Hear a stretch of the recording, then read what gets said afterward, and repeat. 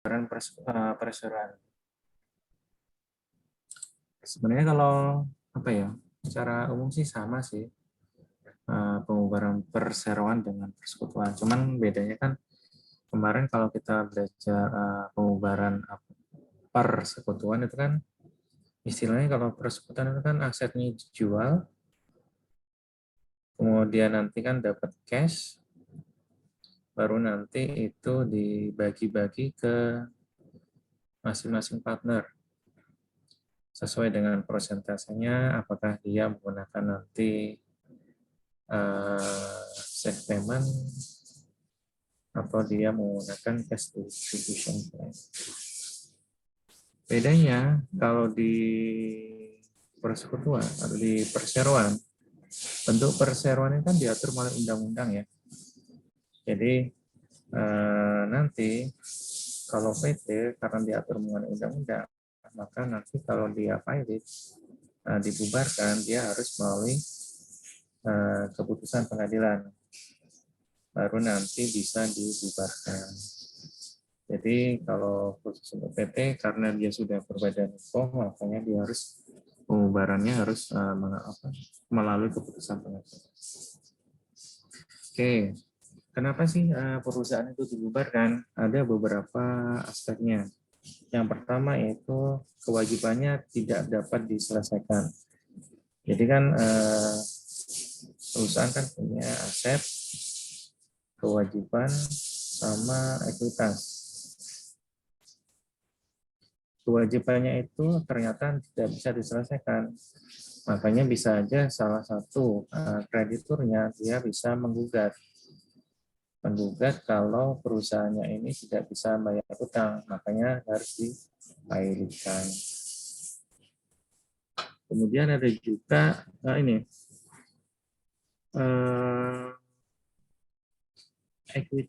jumlah kewajibannya lebih besar daripada ekuitasnya. Kan persamaan akuntansi kan aset sama dengan kewajiban plus ekuitas. Kalau kewajibannya lebih besar dari ekuitasnya, otomatis dia hartanya kan lebih besar, kewajibannya kan lebih besar daripada harta yang dimiliki ya. Harta yang dimiliki, otomatis dia tidak bisa menyelesaikan kewajibannya. Salah satu ciri yang lain itu adalah ekuitasnya, terutama retained earning-nya itu nilainya adalah negatif. Kalau nilainya negatif, otomatis ekuitasnya nanti ini ya terganggu ya. Otomatis nanti ya ini sih mau bangkrut gitu. Jadi ya nanti ada dua cara sih untuk mengatasi kondisi kayak gini. Yang pertama yaitu kondisi ketika tidak bisa membayar kewajibannya ini, nanti yang pertama adalah likuidasi atau dipilotkan. Ini dalam arti hartanya nanti dijual untuk memenuhi semua kewajibannya. Nanti ada juga namanya reorganisasi. Reorganisasi ini ada beberapa item. Misalnya nanti ada restrukturisasi utang, kemudian nanti ada juga revaluasi aset. Jadi intinya nanti beberapa cara ini dilakukan untuk mengatasi adanya perusahaan yang tidak mampu melunasi kewajibannya, menyelesaikan kewajibannya ini. Nanti teorinya bisa baca, teman-teman bisa baca sendiri. Oke, jadi intinya perusahaan tidak mampu menyelesaikan kewajibannya. Cirinya adalah salah satunya adalah return-nya adalah negatif, sehingga kewajibannya itu tidak bisa diselesaikan dengan ekuitas yang ada. Kan ekuitas kan yang paling sisa kekayaan paling ini ya, sisa kekayaan itu. Jadi nanti penyelesaiannya ada dua, likuidasi dan juga nanti reorganisasi. Nanti kita belajar mengenai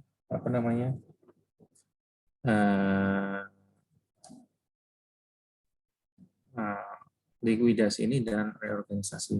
Cuman nanti untuk yang di ujian, kalau yang di apa sih namanya, yang di UAS-nya di tahun 2019 dan 2020 itu hanya ada soalnya yang likuidasi aja. Yang reorganisasi itu nggak ada di soal UAS-nya. Jadi mungkin nanti kita bisa fokusnya ke yang likuidasi saja. Oke, karena tadi ada apa namanya tuntutan pilot dari kreditur ke perusahaan, maka nanti prosesnya kan diselesaikan melalui pengadilan ya. Jadi nanti pengadilan yang akan memutuskan apakah perusahaan itu pilot atau nanti bisa diselesaikan dengan cara damai. Cara damai kalau nggak salah itu biasanya ini, kreditur diminta buat melonggarkan utangnya atau restrukturisasi utang. Cuman nanti kalau keputusannya pilot berarti nanti si apa namanya aset perusahaannya nanti akan dijual oleh kurator dan nanti akan digunakan untuk menyelesaikan kewajibannya. Kemudian nanti kalau ada sisa, baru nanti diserahkan kepada pemilik perusahaan, ini pemegang saham ya. Cuman kan kadang kala kan karena apa namanya retained earning-nya itu negatifnya terlalu banyak, terlalu besar, negatif, makanya kadang si pemilik sahamnya itu tidak mendapatkan bagian. Dan juga kewajibannya itu tidak semuanya terpenuhi, tidak bisa semuanya terselesaikan.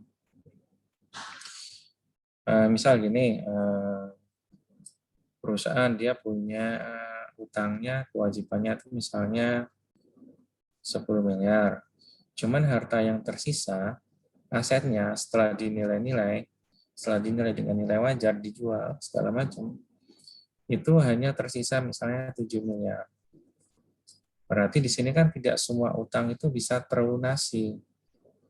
Jadi nanti misalnya ada, misalnya di sini ada utang kepada A, misalnya nilainya 2 miliar. Karena harta sisanya cuma tersisa 7 miliar, berarti pelunasannya itu adalah 2 miliar kali persentase aset yang tersisa dibanding dengan jumlah semua utangnya. Jadi istilahnya nanti di sini hanya dia terima 1,4 saja. Jadi kenyataan di lapangan itu asetnya itu tidak semua bernilai semua sama dengan nilai bukunya. Bahkan banyak yang lebih rendah. Karena itu kewajibannya itu tidak semuanya bisa terpenuhi. Karena kewajibannya melebihi nilai wajar aset, maka nanti harus ada peringkat, dibuat peringkat untuk menemukan mana saja kewajiban yang perlu mendapatkan prioritas yang perlu dibayar pertama kali. Jadi intinya nanti kita langkah yang pertama adalah pembuatan peringkat dulu. Mana-mana saja kewajiban yang perlu kita selesaikan pertama kali atau mendapatkan prioritas. Yang pertama, peringkat pertama adalah klaim yang dijamin dengan hak gade atau agunan yang valid. Kan kalau misalnya kita pinjam ke bank ya, misalnya taruhlah kita pinjam uang ke bank, itu kan biasanya kalau kita nggak pakai jaminan itu kan nggak akan bisa ya, kecuali kalau kredit tanpa agunan biasanya bisa. Cuman normalnya kalau kita kredit ke bank itu harus pakai jaminan. Yang dijaminkan itu biasanya kan tanah atau bangunan ya, atau aset tetap lainnya. Bisa aja piutang sih. Kalau perusahaan piutang bisa dijaminkan. Jadi nanti yang di ini asetnya nanti kita harus klasifikasi mana yang mendapatkan yang sudah dijaminkan ke kewajiban tertentu. Jadi nanti kita buat peringkat kewajibannya. Oke, peringkat yang pertama tadi yang sudah dijaminkan dengan aset tertentu ya, dengan hak gade yang valid. Peringkat pertama. Peringkat kedua adalah klaim prioritas namun tidak ada agunannya atau jaminannya. Berarti ini nanti ini ya, yang tidak ada jaminannya. Berarti semua utang yang tidak ada jaminannya. Di sini adalah ada beberapa item. Yang pertama yaitu biaya administrasi selama proses pengurusan kepai. Kemudian klaim yang terjadi antara tanggal ketika gugatan pilot dilayangkan hingga putusan pilot dan penunjukan kurator. Berikutnya adalah klaim berupa gaji, upah, atau komisi yang seharusnya dibayarkan dalam waktu 6 bulan setelah pilot. Kemudian klaim untuk pesangon atau pensiun karyawan. Kemudian klaim individual dalam bentuk sewa, pembelian atau uang muka yang telah dibayarkan, namun jasanya belum diserahkan kepada pembeli atau pelanggan. Berarti di sini ada utang dagang. Imbauan prioritas. Berikutnya adalah kewajiban pajak, cukai atau biaya masuk atau pungutan lain dari negara. Berarti ini utang kepada kewajiban kepada negara ya. Oke, itu adalah peringkat yang kedua. Berikutnya adalah peringkat ketiga. Peringkat ketiga itu adalah klaim non prioritas dan tidak berjaminan. Jadi di sini adalah itemnya adalah klaim legal yang sudah jatuh tempo pembayarannya ya. Kemudian klaim legal yang pengajuannya terlambat. Berarti ini kalau umpamanya sudah selesai dipilotkan, sudah ada putusan baru dia ngeklaim. Berikutnya adalah klaim legal seperti denda, sanksi atau pembatalan. Klaim berikutnya adalah beban bunga dari utang klaim prioritas namun tidak berjaminan. Peringkat keempat, sisa aset yang diserahkan kepada pemegang saham lama sebagai pemilik perusahaan. Jadi intinya nanti asetnya semua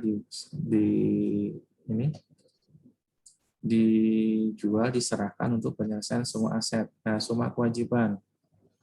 Baru nanti kalau ada sisanya, baru nanti diberikan kepada pemilik saham.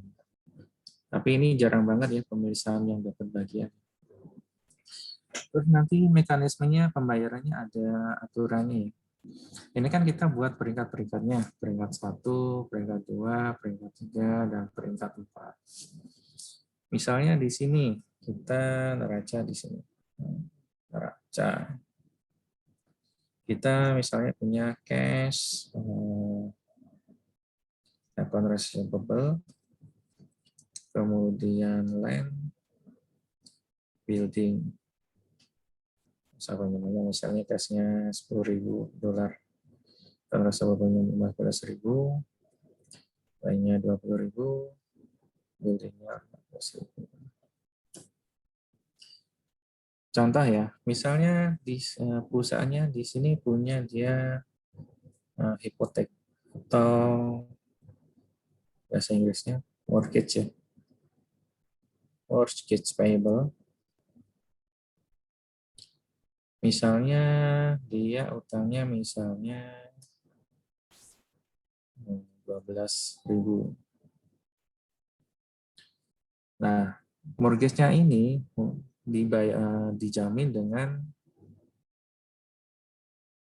land senilai 20.000. Berarti nanti gini. Berarti nanti yang mendapatkan prioritas kan pastinya prioritas yang pertama yaitu yang si mortgage-nya yang sudah dijamin dengan ini ya, land-nya dijamin dengan land. Kemudian peringkat kedua itu adalah utang-utang lain. Di sini misalnya trustee atau biaya likuidasi. Ini dijamin nanti dengan sisanya, sisa aset yang tidak dijaminkan, yaitu dari cash, kayak second reservoir sama building.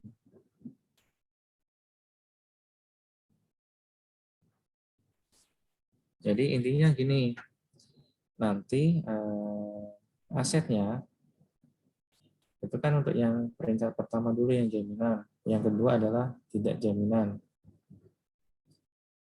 Jadi nanti ini jaminan ini yang khusus asetnya, yang dijaminkan, yang tidak yang peringkat kedua itu adalah sisanya. Jadi nanti misalnya asetnya ada nilainya berapa, di apa namanya, dijaminkan untuk dibayar, dialokasikan untuk membayar peringkat pertama dan peringkat kedua. Nanti ketika ada peringkat ketiga, tiga itu adalah dia mendapatkan sisanya, sisa dari peringkat 1 dan peringkat 2. Karena apa? Yang 3 itu kan yang tidak dijaminkan. Sorry, 3 itu adalah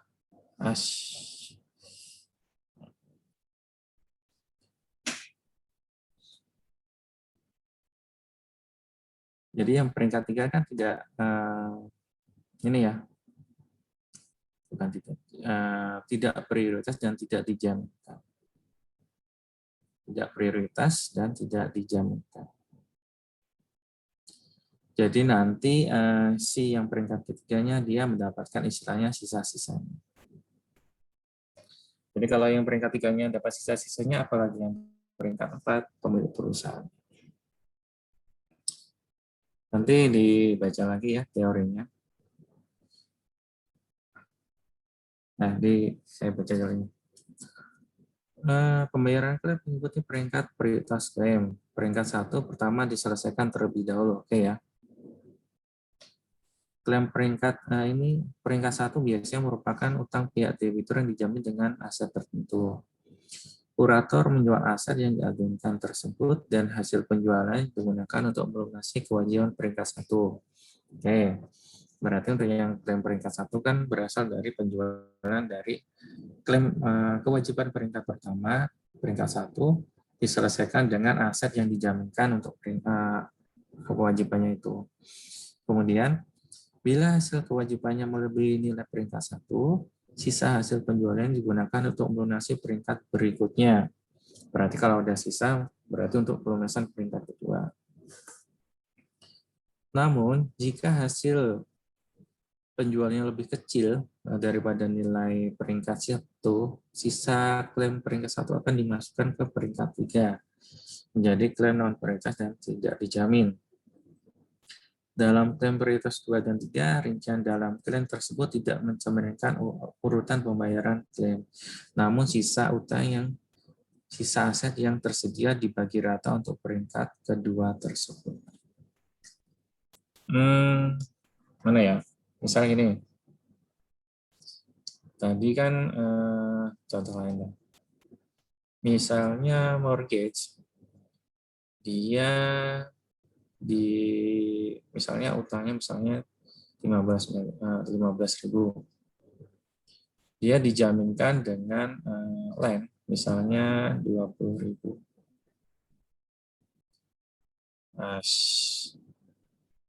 Mortgage-nya 25.000 aja, dijaminkan dengan land-nya 20.000 nilainya. Ini nilai realisasinya. Berarti kan tidak semuanya utangnya bisa dijamin dengan land-nya ya, penyelesaiannya ya. Mortgage-nya 20.000, sedangkan lainnya dijualnya bisa laku dijual hanya 20.000. Berarti nanti ini kan mortgage payable-nya dia masuk peringkat 1, 25.000. Dijaminkan dengan land-nya 20.000.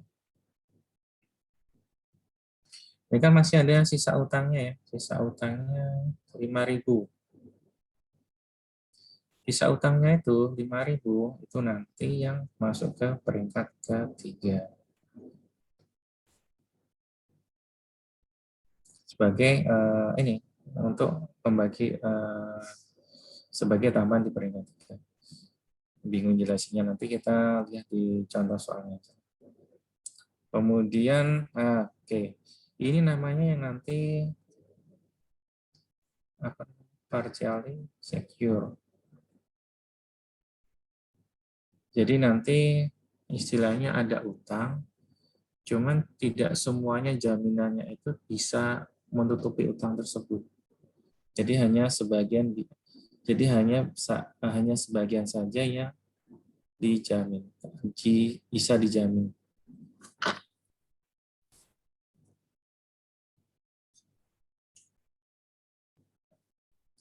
Oke, sampai di sini ada yang ditanyakan?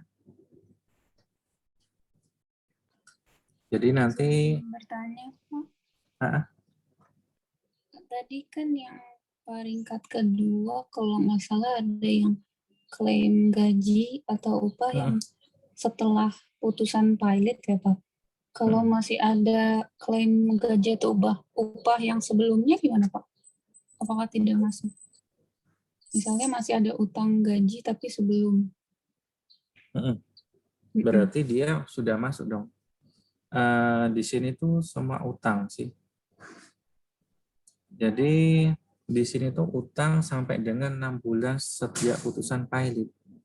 Berarti sebelumnya sudah termasuk dong.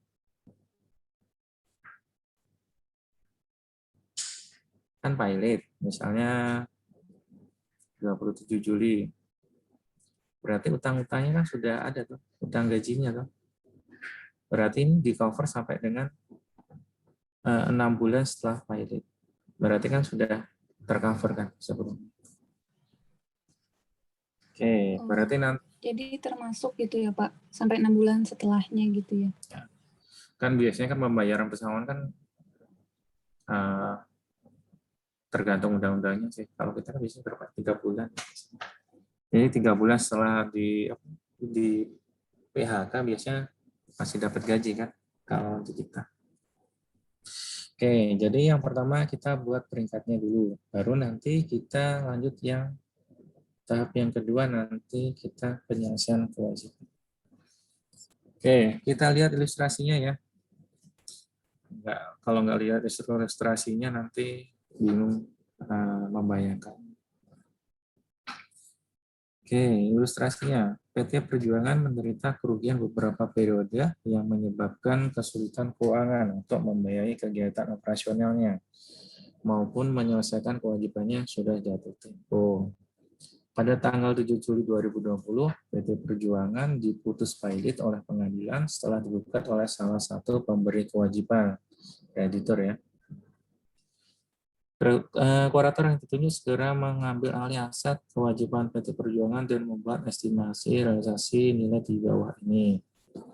Di sini dalam jutaan rupiah, kasnya 80 miliar rupiah, estimasi nilai realisasinya adalah 80 miliar sama ya kalau cash. Akun receivable nilai bukunya 210, estimasinya 160, berarti lebih kecil, inventory 200, nilai realisasinya 210, equipment-nya 150, nilai bukunya realisasinya 60, lebih kecil, land building-nya nilai bukunya 250, nilai realisasinya 140, lebih kecil, kemudian intangible asset-nya nilai bukunya 10, estimasi realisasinya adalah 0, berarti yang ini nanti dihapuskan. Sehingga nilai bersih asetnya, nilai wajar asetnya, bersihnya adalah 650. Kita lihat di sini. Total nilai wajar aset dari PT Perjuangan adalah sebesar 650 miliar. Dengan total nilai buku kewajibannya adalah 805 miliar. Kita lihat kewajibannya. Kewajibannya kan mulai dari accounts payable, notes payable, wages payable, taxes payable, sama mortgage payable. Ini nilainya adalah 805. Berarti di sini sudah kelihatan ya, kalau kewajibannya itu lebih besar dibandingkan dengan asetnya. Asetnya hanya 850. Kemudian dari perbandingan saldo tersebut, PT Perjuangan tidak mampu menyelesaikan seluruh kewajibannya. Dengan demikian, kurator PT Perjuangan harus membuat peringkat prioritas pembayaran. Ini salah satu cirinya adalah ini ya, perusahaan yang bangkrut, yang sudah mau kolaps, retained earning-nya tuh sudah debit, jadi sudah defisit. Retained earning kan normalnya kan dia di kredit ya, biasanya kan di kredit. Berarti kalau dia sudah di debit, berarti dia sudah mengalami rugi rugi atau akumulasi rugi yang sudah besar. Di sini defisitnya 205 miliar. Berikutnya, informasi lain terkait dengan transaksi keuangan PT Perjuangan adalah piutang usaha diagunkan untuk notes payable. Piutang usaha. Piutang usahanya 210 diagunkan untuk notes payable. Utang gaji yang belum dibayar adalah 1 miliar. Berarti nanti dia masuk prioritas. Prioritas kedua.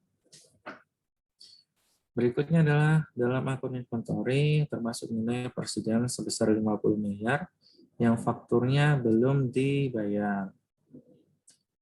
Persediaan ini dibeli pada tanggal 5 Juli 2020. Berarti ini masuk utang dagang. Terus masukkan prioritas yang kedua. Berikutnya adalah utang hipotek dan bunganya dijamin dengan tanah dan bangunan. Ini yang dijaminkan berikutnya.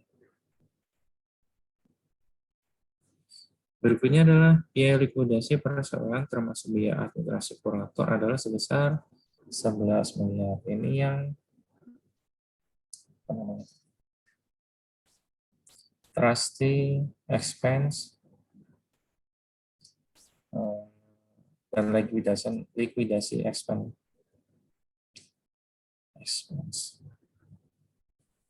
Oke. Terus apa yang harus kita lakukan? Yang pertama kita harus buat peringkasnya terlebih dahulu. Peringkatnya kita buat terlebih dahulu berdasarkan ini ya, asetnya yang peringkatnya tadi kan berdasarkan kewajibannya mana saja yang dijamin,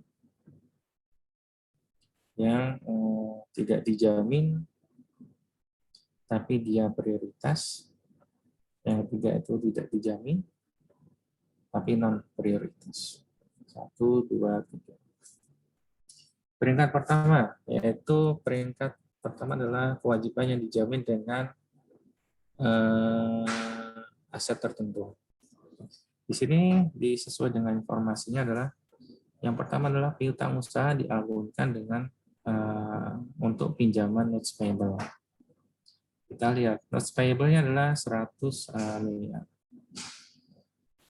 Dijamin dengan piutangnya adalah 160 miliar. Berarti nanti ada sisa asetnya sebesar 60 miliar. Di sini tadi ya, contohnya ketika dia kewajibannya itu dijamin dengan aset yang lebih besar. Berarti kan kewajibannya nanti kan seluruhnya kan terpenuhi. Ini nanti yang masuk kategori pertama, fully secure ya. Seluruhnya dijamin.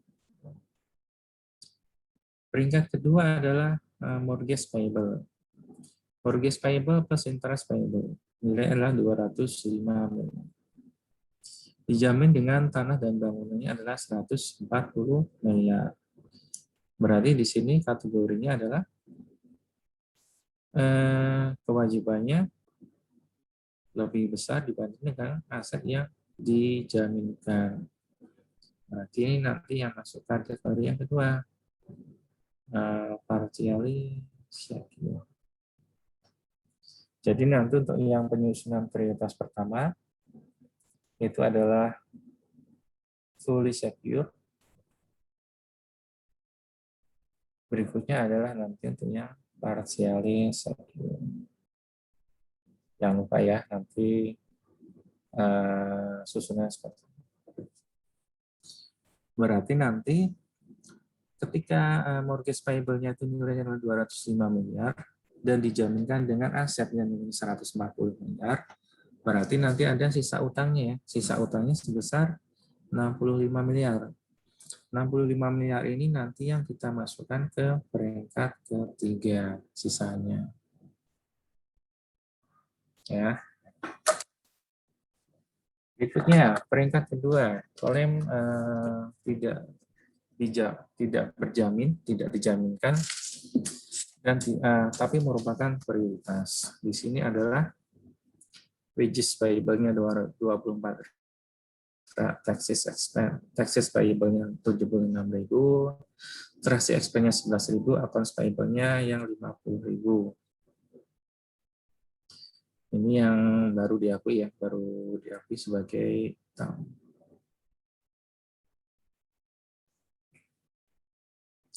Kemudian peringkat 2 ini nilai totalnya kewajibannya adalah 161 miliar. Dan di sini dijaminkan dengan nilainya adalah 350 miliar. Asetnya ini adalah aset sisa, jadi sama dengan aset total dikurangi dengan aset yang sudah dijaminkan. Total dikurangi dengan aset yang dijaminkan. Jadi yang peringkat 2 ini nanti kita gunakan pembayarannya untuk kita menggunakan aset sisanya. Aset sisanya setelah dikurangi yang dijaminkan untuk peringkat pertama. Oke, kita lihat di penjelasannya.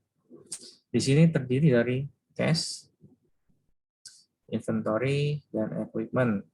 Totalnya adalah 350 miliar. Ya.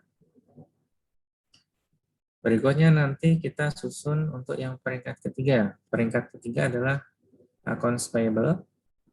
Accounts payable yang di neraca. Di neracanya tadi. Accounts payable-nya ini ya. Accounts payable-nya ini 400 juta, 400 miliar. Berarti nanti struktur di neraca ini yang paling rawan karena bisa aja nggak dibayar ya. Bisa saja nggak dibayar.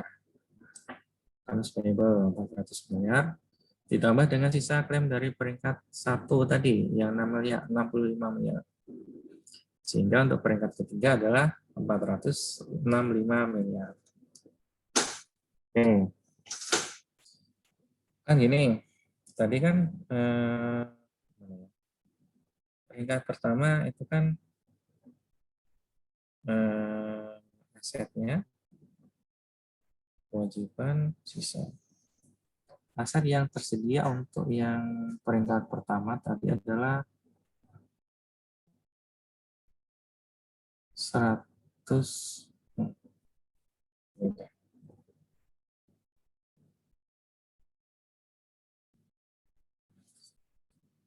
Langsung aja sisa aset. Tadi kan untuk yang peringkat pertama, itu kan ada mortgage payable sama notes payable, itu kan sudah dijamin dengan asetnya. Jadi yang peringkat pertama tadi kan ada notes payable 100 miliar, dijaminkan dengan piutang usahanya adalah nilai 160 miliar. Berarti nanti ada sisa asetnya. Karena apa? Kewajibannya kan lebih kecil dibandingkan dengan dengan nilai asetnya. Jadi masih ada sisa aset yang bisa kita gunakan. Berarti di sini sisa asetnya adalah 60 miliar. 60 plus. Berikutnya yang kedua adalah yang peringkat pertama tadi adalah mortgage payable 205 miliar dijaminkan tanah dengan 140 miliar. Tanah dalam bentuk 140 miliar. Berarti di sini tidak ada sisa aset. Ini yang berarti peringkat pertamanya 60 miliar plus ya. Peringkat kedua itu kan nilai kewajibannya adalah 161 ya. Oke. 161. Kewajibannya adalah 161. Sedangkan aset yang dijaminkan yang tersedia untuk peringkat kedua adalah 350. 350 adalah dari yang seluruh aset dikurangi dengan yang sudah dijaminkan. Berarti di sini adalah 350 kurangi 161. Berarti nanti ada sisa aset untuk peringkat ketiga. Jumlahnya adalah 60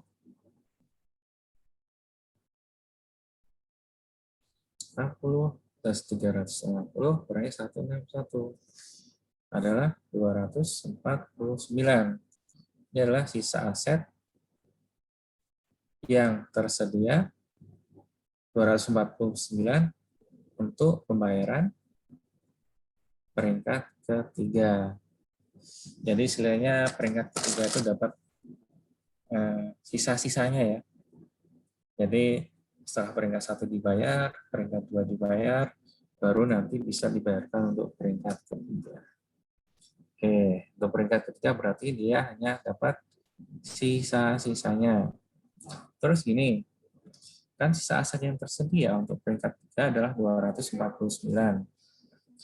Sedangkan sisa kewajibannya di peringkat ketiga kan ada accounts payable sama sisa klaimnya 465. Totalnya adalah 465 kewajibannya. Berarti nanti untuk yang peringkat ketiga ini tidak mendapatkan pembayaran full. Jadi istilahnya setiap $1 dia hanya mendapatkan pembayarannya adalah sebesar pembagiannya 249 bagi 465. Jadi nanti diproratakan. Jadi nanti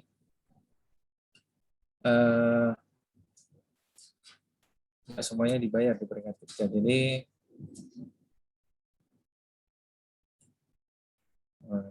aset tersisanya 249, kewajibannya adalah 4. Berarti nanti ada selisihnya. Selisihnya sebesar 249 dibagi 4 2 dikurangi 249. 216-nya nanti kemana? Ada yang tahu? Sisanya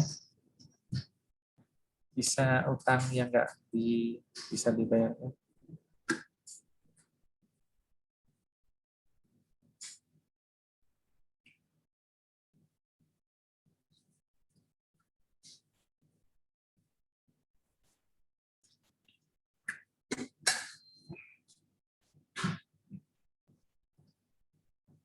Aldi,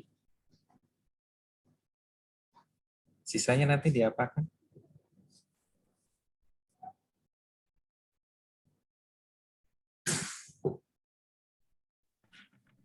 Jadi asetnya yang tersisa kan 249, kewajibannya 465.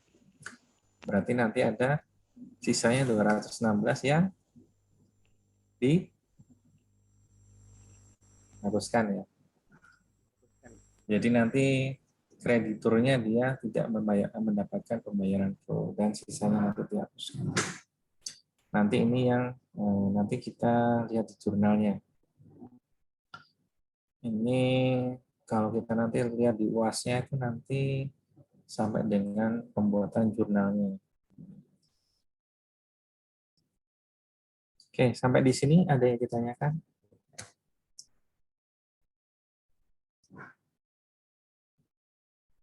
Jadi saya cuma itu aja sih.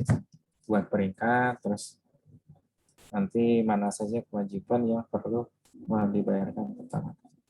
Mendapatkan prioritas. Berikutnya adalah pihak kurator adalah membuat statement of affair. Yang nggak tahu nih bahasa Indonesia apa ya? Kalau di Soalwo sih konsolidasi.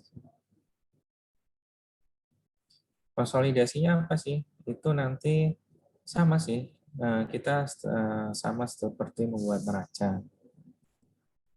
Sama seperti membuat neraca, cuman nanti kan neraca kan ada aset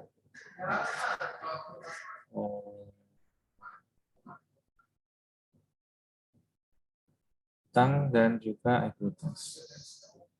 Cuma nanti untuk yang pembuatan statement of affair ini nanti yang asetnya kita dahulukan untuk yang aset yang sudah dijaminkan. Baru nanti yang tidak dijaminkan. Kemudian susunannya juga untuk yang piutang itu nanti piutang dijamin, berikutnya nanti yang tidak dijamin. Baru nanti satu lagi yang non prioritas. Jadi penyusunannya mirip-mirip sama seperti neraya, cuman dia ada tambahan ini ya, yang dijaminkan mendapatkan urutan pertama. Kemudian dalam membuat statement of affair ini nanti ada tiga nilai yang kita gunakan. Nilai buku, di sini nilai di sini nilai kewajiban,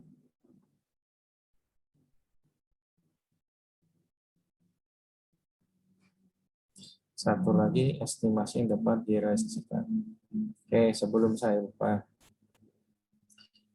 nanti teman-teman harus bedakan ya, nanti ada nilai buku,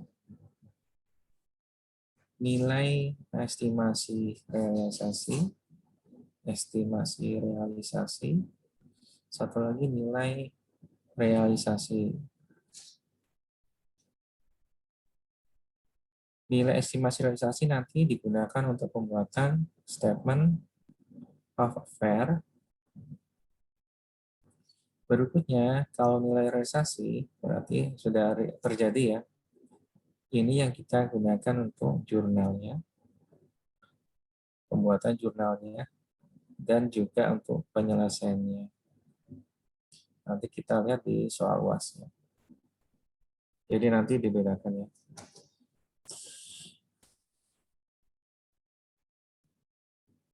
Oke, di sini berarti putaran pertama kali adalah piutang dagang karena dia dijaminkan penuh untuk notes payable ya. Piutang dagang nilai adalah 210 miliar. Dijaminkan untuk notes payable yang nilai adalah 100 miliar. Kemudian estimasi realisasinya adalah 160 miliar. Berarti nanti masih ada sisanya sebesar 60 miliar untuk peringkat ketiga. Berikutnya adalah tanah dan bangunan. Nilai bukunya 250 miliar. Dijaminkan untuk mortgage payable dan bunganya ya 205 miliar. Kemudian di sini estimasi penjualan tanah bangunan adalah 140 miliar. Berarti masih ada sisa utangnya ya. Kemudian tersedia untuk peringkat kedua dan ketiga. Oke. Cash, inventory, equipment, dan intangible. Cash-nya 80.000. Oke, berarti saya nggak salah ya. Berarti di sini itu tersedia untuk peringkat kedua dan ketiga. Sisa asetnya tersedia untuk peringkat kedua dan ketiga. Cuman nanti untuk pembayarannya dia tetap mengutamakan yang peringkat kedua terlebih dahulu, baru nanti sisanya peringkat ketiga. Inventory tersedia 210, equipment 60, intangible asset. Meskipun nilai bukunya tadi kan 10 miliar ya, cuman tadi kan estimasi realisasinya 0, jadi ini nanti yang dihapus. Kemudian total tersedia untuk prioritas dan non jaminan, ini untuk yang peringkat kedua. Ini 410.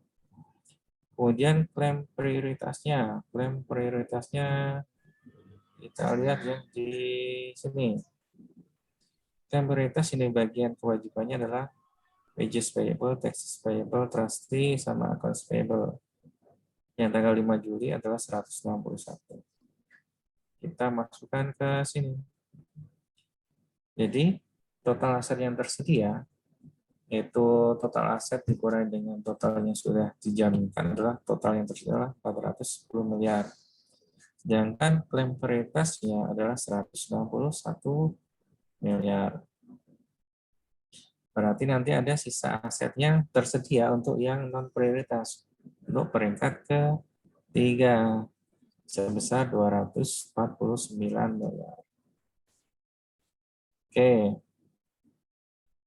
Kemudian di sini total non prioritasnya itu ada yang di peringkat ketiga adalah 465 miliar. Berarti nanti ada defisiensi sebesar 216 miliar. Yang tadi ya. Jadi nanti ini yang akan kita hapuskan. Jadi tidak semua kreditur mendapatkan pembayaran full. Kemudian kita susun yang liability dan equity-nya. Liability notes payable dijamin penuh dengan piutang usaha. Dia nilainya 100, kemudian dijamin dengan piutangnya 160. Jadi oke ya. Kemudian mortgage payable nilainya 205 miliar, estimasi realisasinya dijamin dengan tanah dan bangunan 140 miliar, berarti masih ada sisa utangnya adalah sebesar 65 miliar. Ya, ini nanti akan masuk ke kategori ketiga.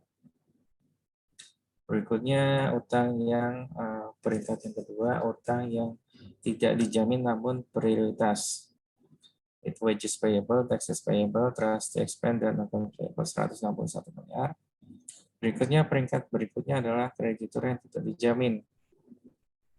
Yaitu dari accounts payable 400 juta, 400 miliar. Oke. Berarti nanti total kewajibannya yang harus dibayarkan yang masuk kategori ketiga adalah 65 ditambah dengan 400. Ini yang masuk kategori ketiga. Kemudian equity tersedia, pemegang sahamnya nggak ada apa-apa ya. 0 ya. Totalnya adalah 465. Kemudian kita lihat statement of affair disusun untuk operator untuk menganalisis semua perjanjian atau perikatan keuangan pihak dengan pihak-pihak terkait. Dengan laporan ini, kurator mengetahui semua perikatan yang harus diselesaikan dengan aset yang dimiliki oleh debitur. Seperti yang telah dibahas dalam awal bab ini, perusahaan mengalami kebangkrutan karena total kewajibannya melebihi total asetnya. Kondisi ini mendorong kurator untuk membuat peringkat pembayaran atas klaim perikatan debitur. Selanjutnya, kurator akan menjalankan rencana likuidasi dengan menjual asetnya dan hasil penjualannya yang akan digunakan untuk memasukkan kewajiban utang debitur. Kemudian langkah kurator mirip dengan likuidasi persekutuan, termasuk akuntansi untuk likuidasi aset debitur dan penyelesaian kewajiban. Sampai di sini ada yang ditanyakan?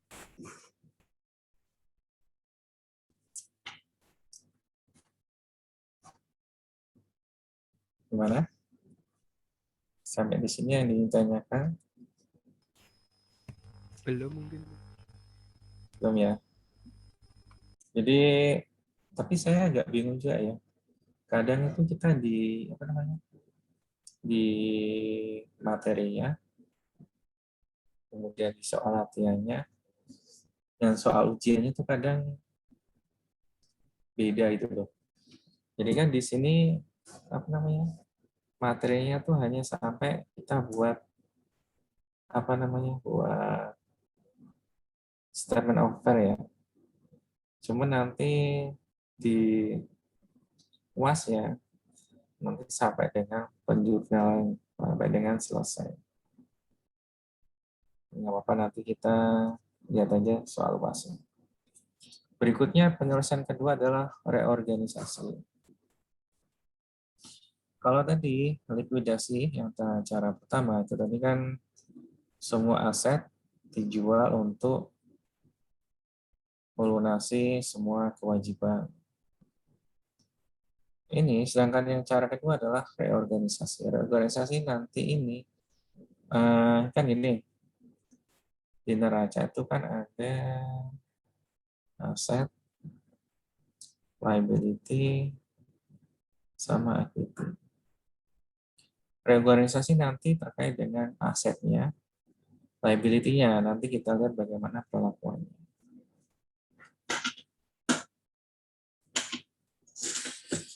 Berarti kalau ini cara damai ya, reorganisasi ya. Berarti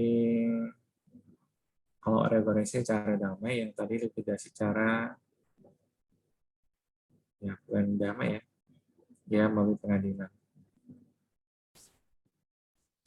Cara reorganisasi.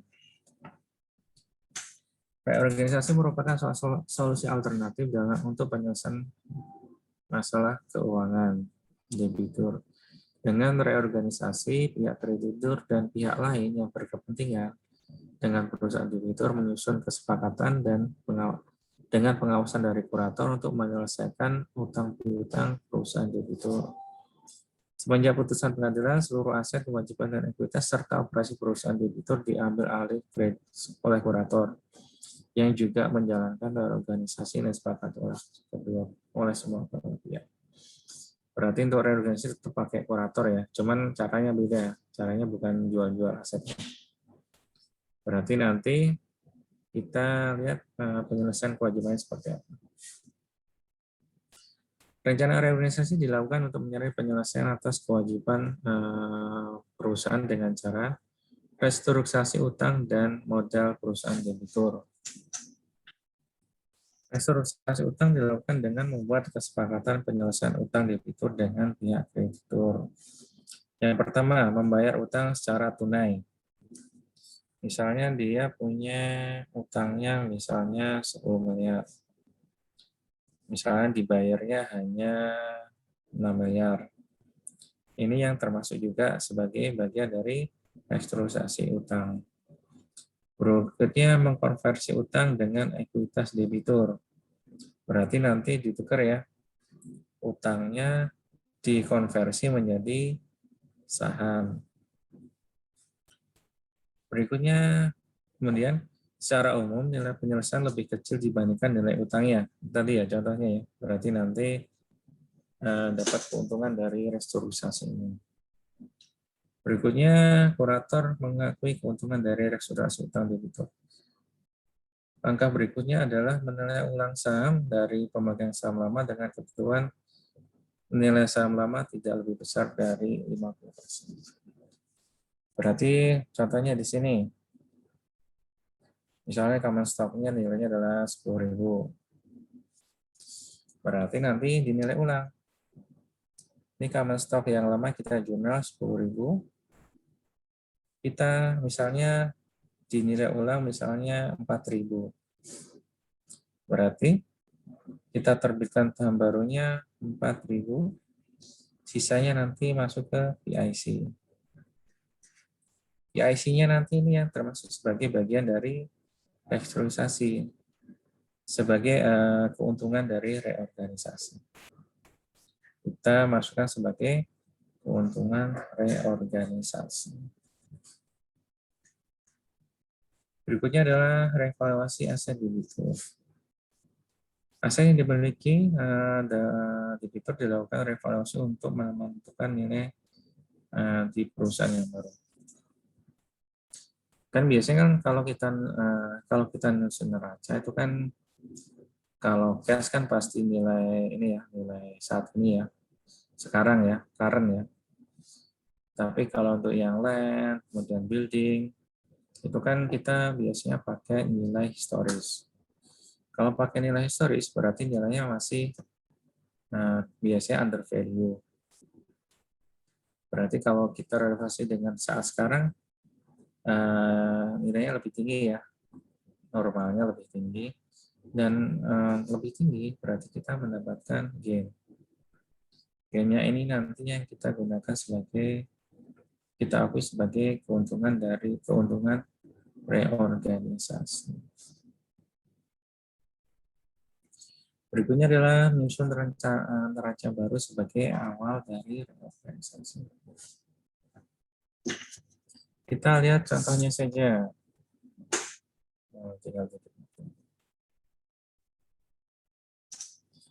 Nilai organisasi baca sendiri aja ya.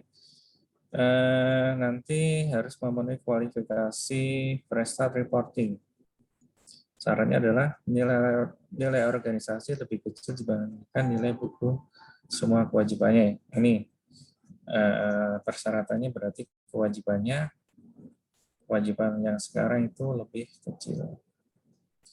Syarat yang kedua adalah porsi kepemilikan dari pemegang saham lama adalah kurang dari 50% saham yang baru. Ya. Ini dimaksudkan untuk pemilik saham lama kehilangan pengendalian yang signifikan. Ini yang syarat kedua.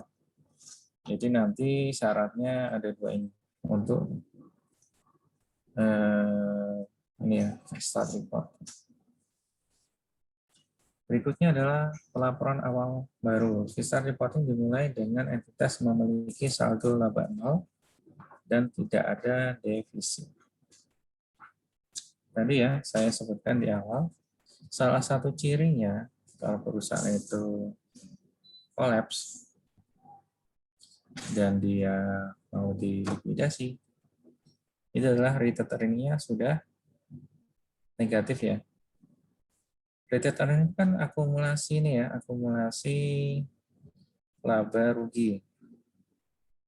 Berarti dia sudah mengalami laba rugi secara ini. Nggak cuma setahun, 2 tahun, berarti udah lama.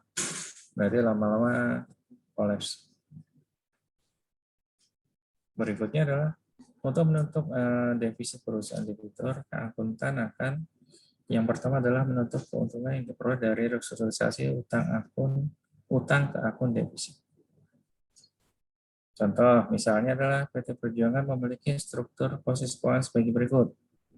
Asetnya 6,8 miliar, utangnya 7 miliar, ekuitas sahamnya adalah 1 miliar, dengan defisit retained earning adalah 1,2 miliar. Nilai utang direstrukturisasi dengan penyelesaian sebagai berikut. Diterbitkan utang jangka panjang baru 2 miliar, dan penerbitan ekuitasnya adalah 4,5 miliar. Berarti jurnalnya, utang lama adalah 7 miliar, utang barunya 2 miliar, modal sahamnya yang kita konversi ke saham adalah 4,5 miliar, sehingga kita mendapatkan keuntungan dari restrukturisasi utang senilai selisihnya 0,5 miliar. Kan kita untung nih, utangnya 7 miliar, kita hanya selesaikan 6,5 miliar. Berikutnya, pemegang saham lama menerima saham baru senilai 0,5 miliar.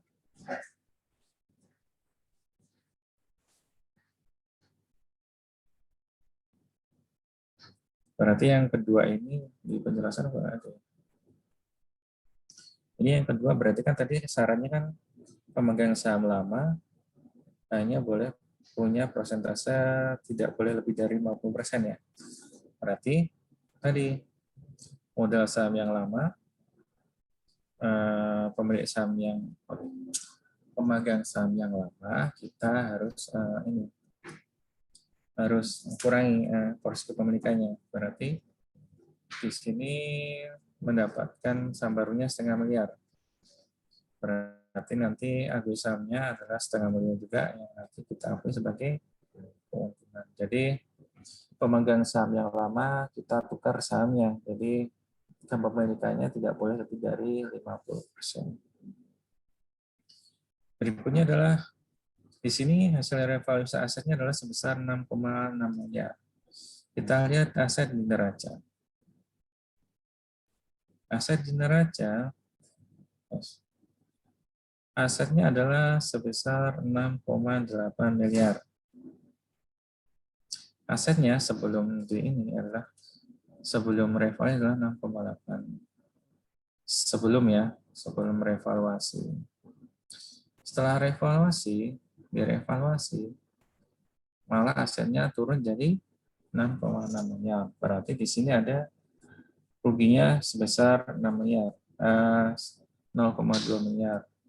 Loss-nya 0,2. Setelah kita jurnal keduanya, utang modal dan juga revalue aset, baru kita tutup ke nilai retained earning-nya. Retained earning-nya tadi kan di awalnya ini ya, 1,2 miliar, sedangkan nilai reorganisasinya, yang kita tutup adalah 1,2 miliar. Nilai retained earning-nya kan negatif 1,2 miliar. Debit sebesar 1,2 miliar harus kita kreditkan.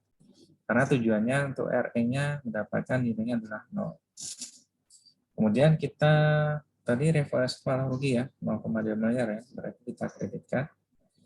Kemudian dapat juga keuntungan saham, keuntungan dari pertukaran saham pemegang saham yang lama 0,5 miliar.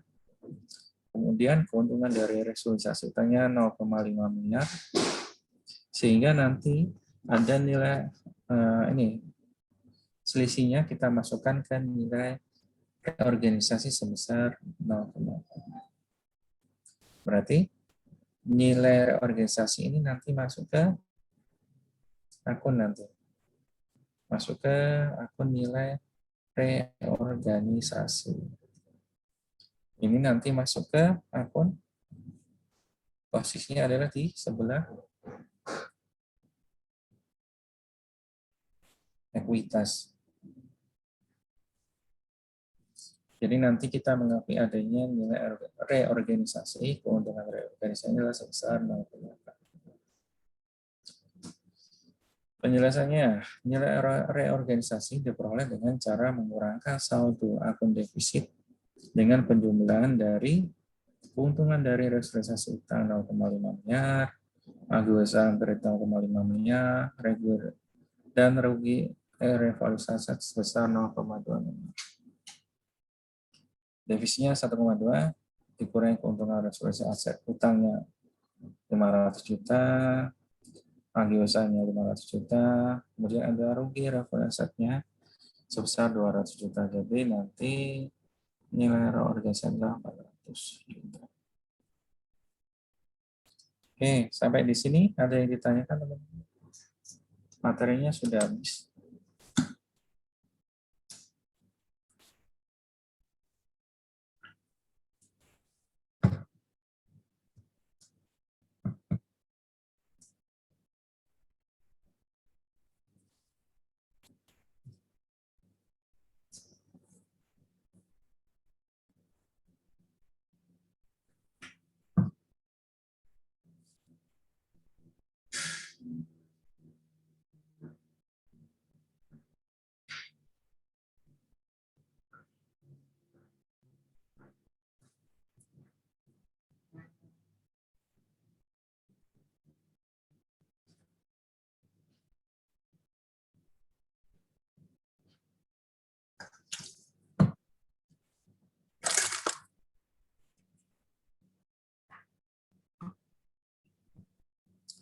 Sampai di sini ada yang ditanyakan?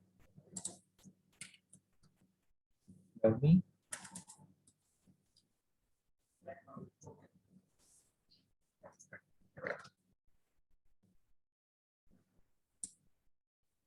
Halo, Domi. Iya, Pak. Ada yang ditanyakan nggak? Belum, Pak. Oke, kita bahas materi soal ujian aja ya. Karena tadi kadang soal ujian sama soal latihannya kadang beda.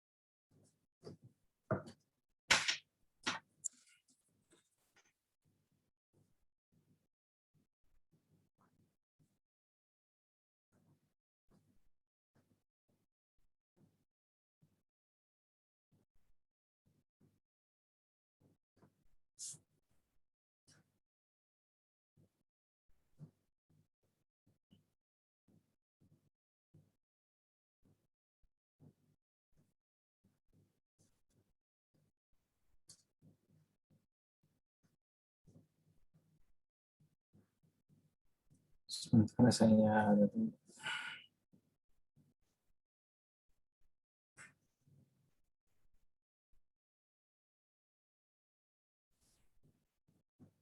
Saya lihat dulu soal ujiannya.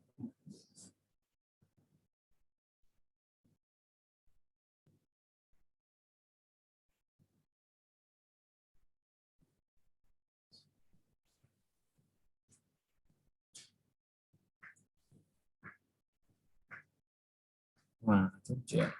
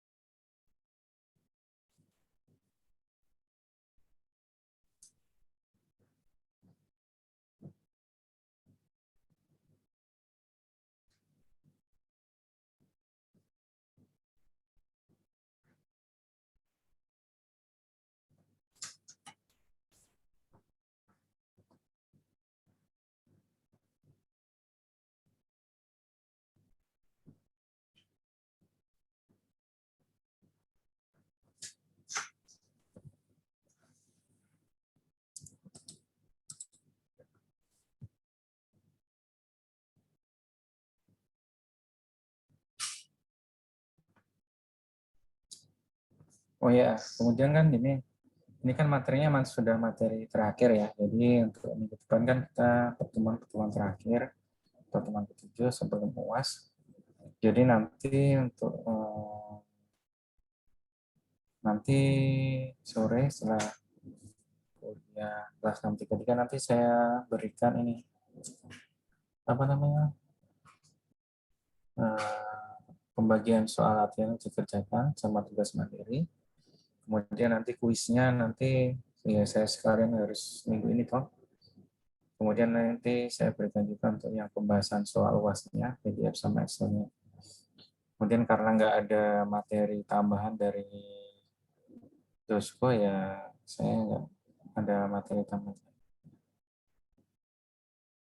Kita lihat soalnya. Ini kalau nggak salah yang 2019 dan 2020 itu nilai apa? Soal ujiannya untuk yang materi likuidasi perseroan nggak ada, untuk yang reorganisasi. Jadi saya nggak tahu sih nanti ujiannya seperti apa. Jadi kemungkinan tetap pakai yang dimasuk ke dalam ujian itu nanti yang cara yang pertama likuidasi. Oke, likuidasi perseroan nilai 25%. PT Namira mengalami kesulitan keuangan. Saldo labanya bernilai negatif. Tanggal 3 Agustus 2019, perusahaan mengajukan diri ke pengadilan untuk dipilotkan. Pengadilan mengabulkan permintaan pilot perusahaan tersebut pada tanggal 15 Agustus, sekaligus menunjuk seorang kurator untuk mengurus pilotan tersebut.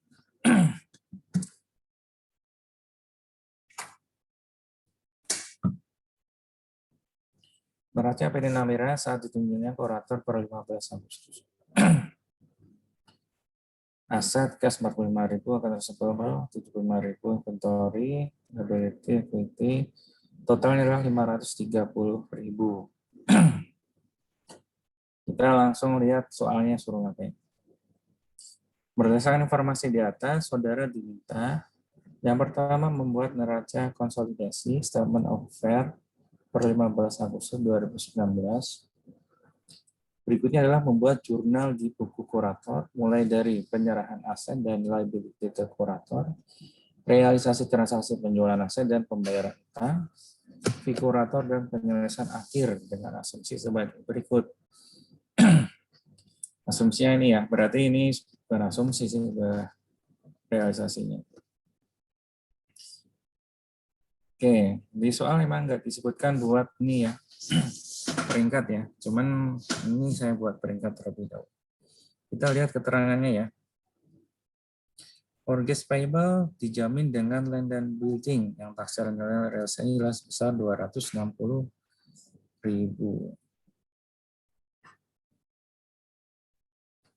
Di sini berarti tadi kan ada mortgage payable. Di sini mortgage payable-nya di neraca 190 dan bunganya adalah 19.000. Ini dijamin dengan land dan building. Land-nya 65.000, building-nya 185.000. Ini yang dinilai bukunya. Dinilai buku. Berikutnya, notes payable dijamin oleh account receivable yang diperkirakan dapat dikonversikan maksimal 65.000. Notes payable 70.000 ya di neracanya. Interest payable-nya 7.000.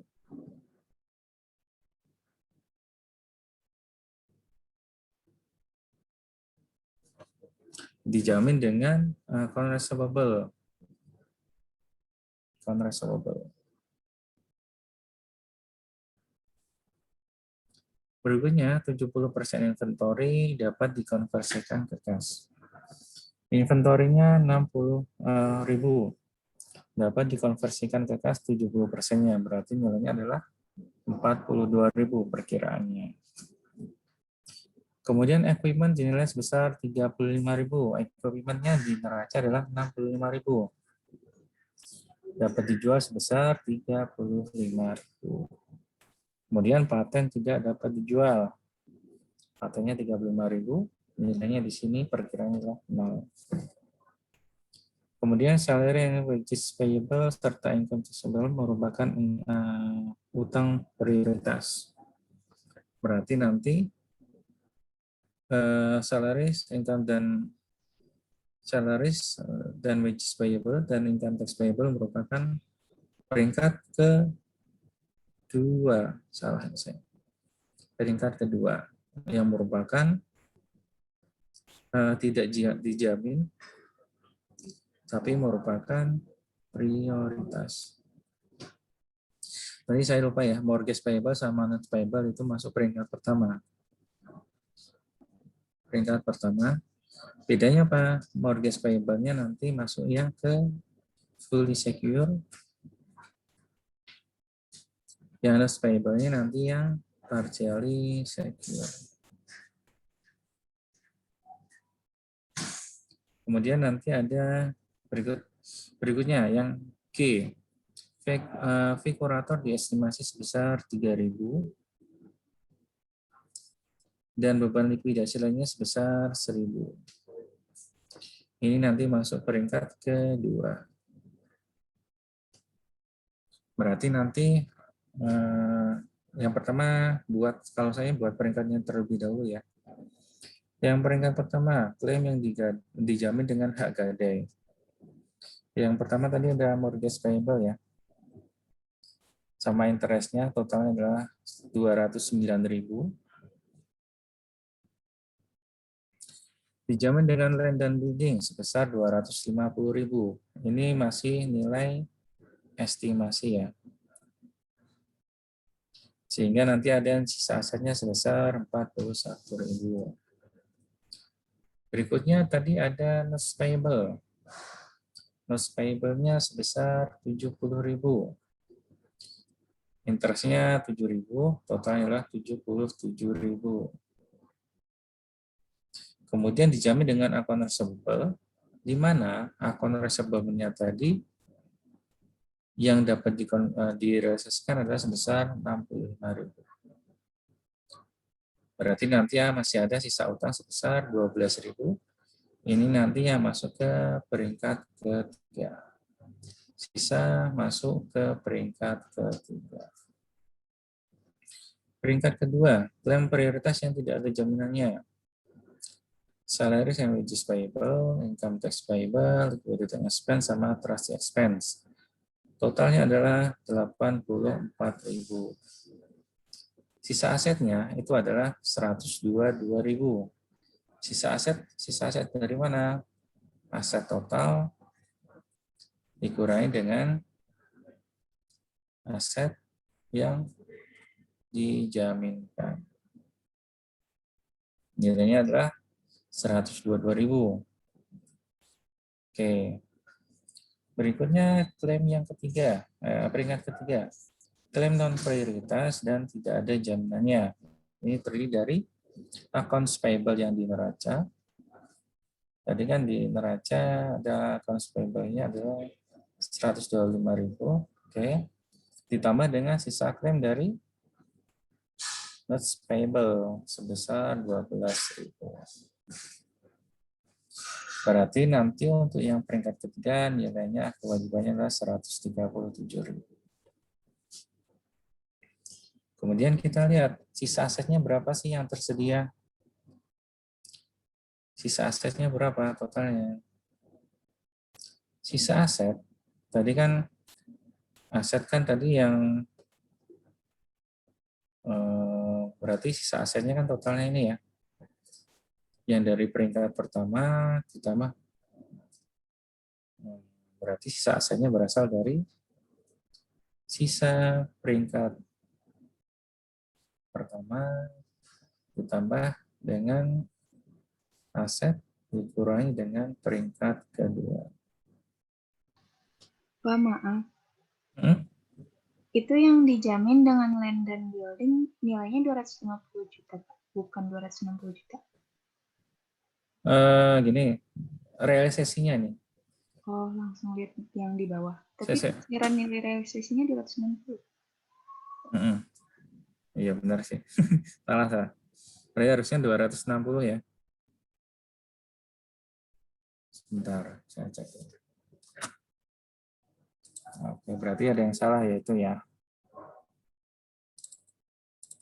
Oke. Saya cek dulu ya.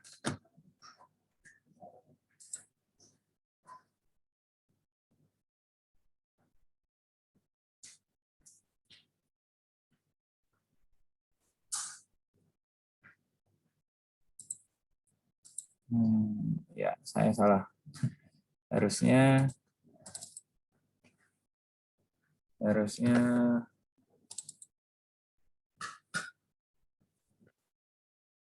berarti sisanya adalah 79. Oke, nah. Berarti di sini harusnya 260 ya. Estimasi realisasinya 260. Oke, benar. Berarti sisa asetnya nanti masih ada 51.000. 51 berarti sisa asetnya adalah yang tersedia adalah sebesar ini tadi. Sisa aset yang tersedia. Ini 51.000. Berarti sisa aset yang tersedia adalah jumlahan ini. Berarti jumlahnya adalah 89.000. Berarti nanti ya prosentasenya yang tersedia adalah sebesar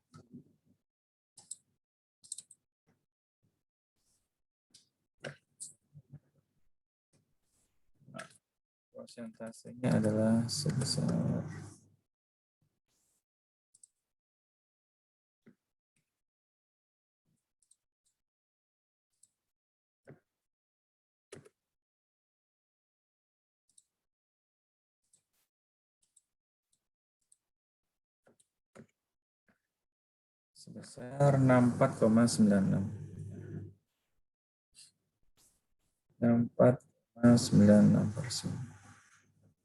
Ya. Oke, berarti nanti sisa asetnya yang tersedia untuk pemberian prioritas ketiga adalah 89.000, di mana kewajibannya totalnya adalah 137.000, sehingga prosentasenya rasionya pembayaran adalah 64,96%.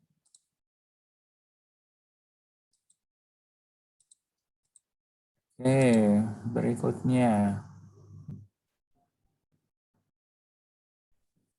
Oke, berikutnya kita buat statement of affair-nya.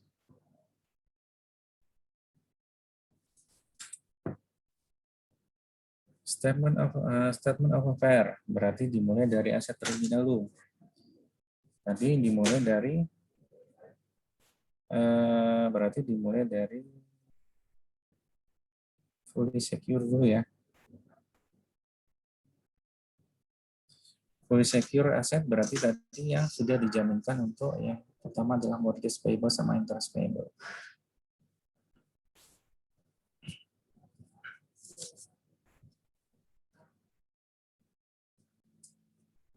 Di sini nilai bukunya, land building-nya adalah 250.000. Kemudian realisasinya nanti estimasinya 260.000. Dikurangi mortgage payable sama interest payable-nya totalnya 209.000, sehingga nilai estimasi realizable value untuk yang ke peringkat ketiga adalah sebesar 51.000. Berikutnya dijaminkan untuk kredit secara bagian ya, partially secure ya. Partially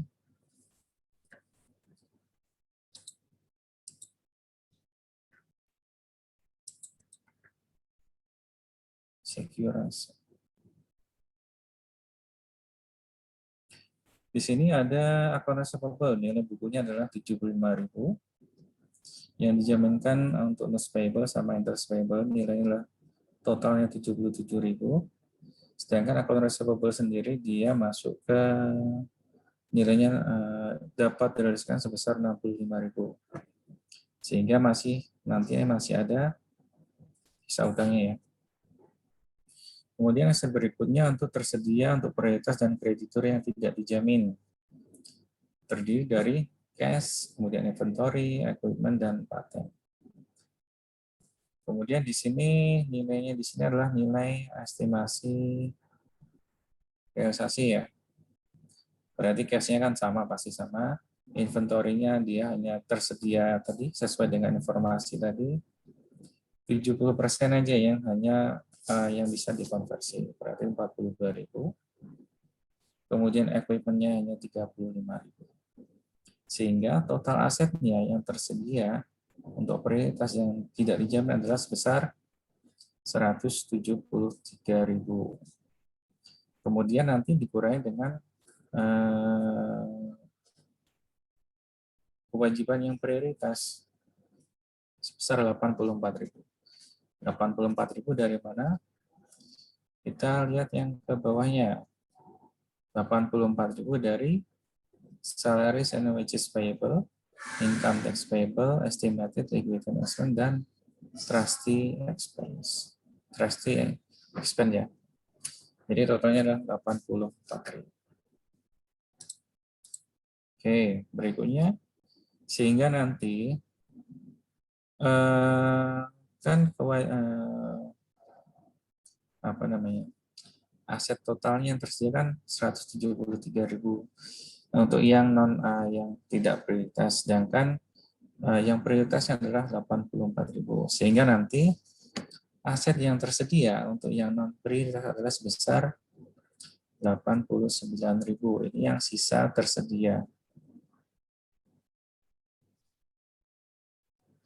Berarti kan gini, kalau kita lihat kewajibannya total itu adalah sebesar 137. Terdiri dari account receivable-nya 125.000 ditambah dengan sisa yang dari loss payable tadi 137.000 totalnya. Berarti nanti ada defisiensi sebesar 48.000. Ini nanti yang kita akan hapuskan. Berikutnya kita nyusun di bagian liability. Kita susun dari prioritas terlebih dahulu. Ada salaries dan wages payable, income tax payable, liquidity expense, sama trustee fee. 84.000 yang kita masukkan ke ini tadi. Ini ya. Liability. Berikutnya fully secure creditor. Ini kreditor yang mendapat jaminan penuh. Mortgage payable tadi kan 190.000 sama 19.000. Berikutnya adalah partially secure creditor. Trade dari notes payable sama interest payable. Tadi kan ini yang tersedia notes payable-nya kan 70.000 sama interest payable-nya 77.000. Totalnya 77.000. Kemudian tadi accounts receivable yang ketika dijual itu nilainya adalah sebesar 65.000. Sehingga masih ada sisanya notes payable yang nanti masuk ke kategori yang ketiga sebesar 12.000. Sehingga kalau kita jumlahkan totalnya, total kewajibannya yang di peringkat ketiga adalah dari accounts payable yang 125.000 ditambah dengan sisa dari notes payable nilainya adalah 137.000. Oke, sampai di sini ada yang ditanyakan?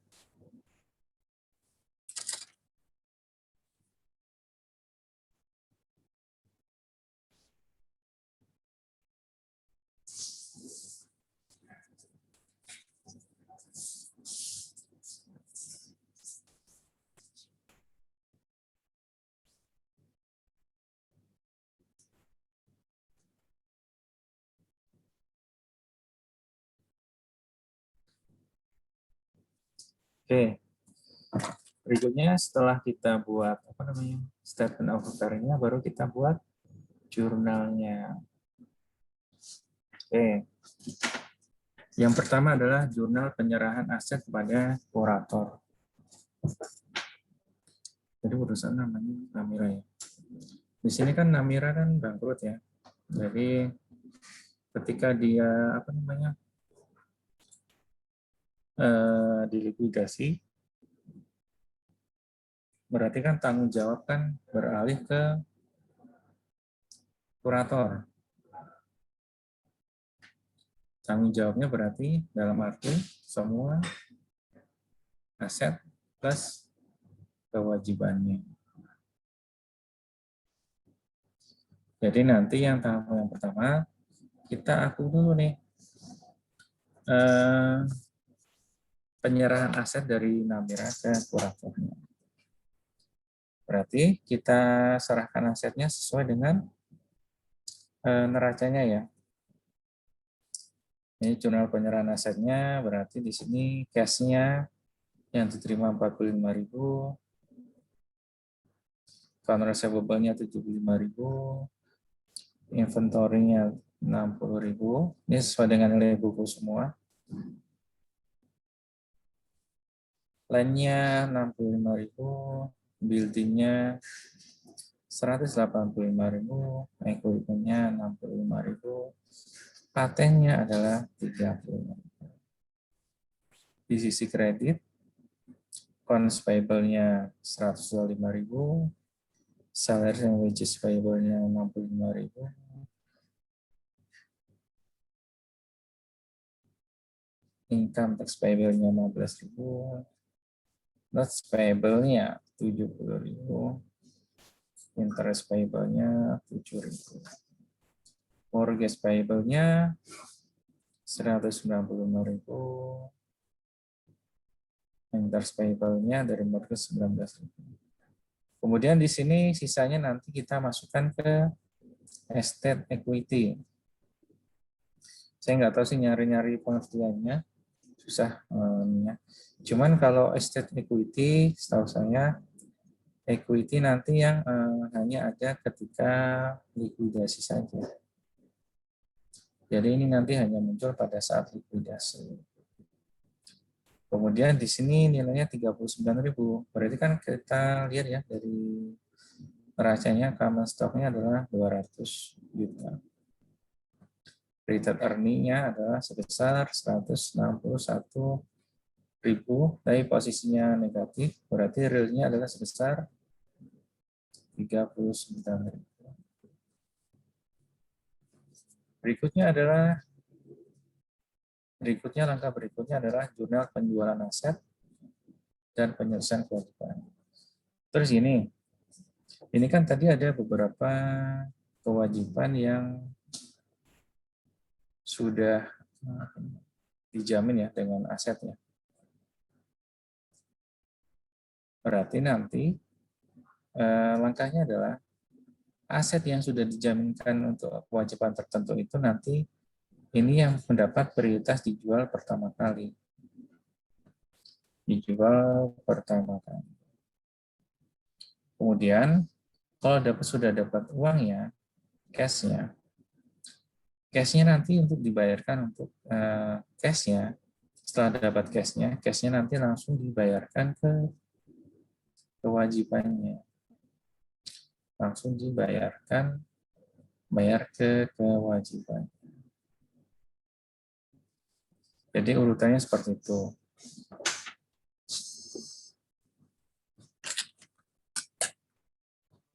Bentar ya. Halo.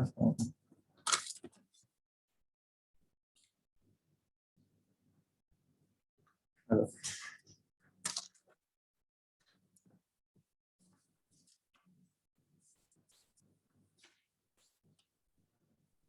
Bentar, ada telepon.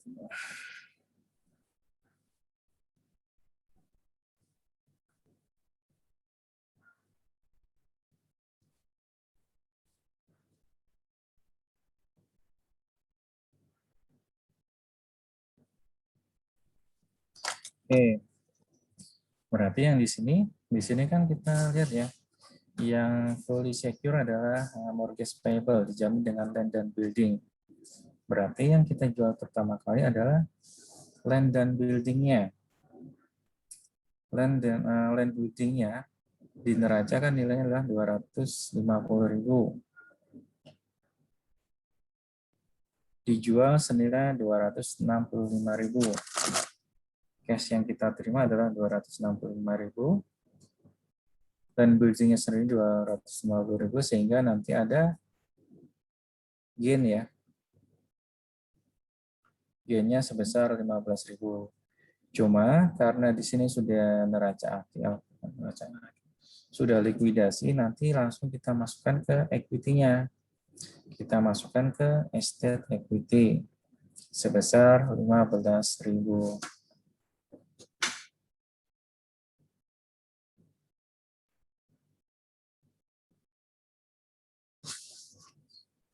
Oke, berikutnya adalah kemudian setelah kita dapat cash-nya, kita kan dapat cash-nya 265.000 nih. Baru kita bayarkan ke mortgage payable-nya.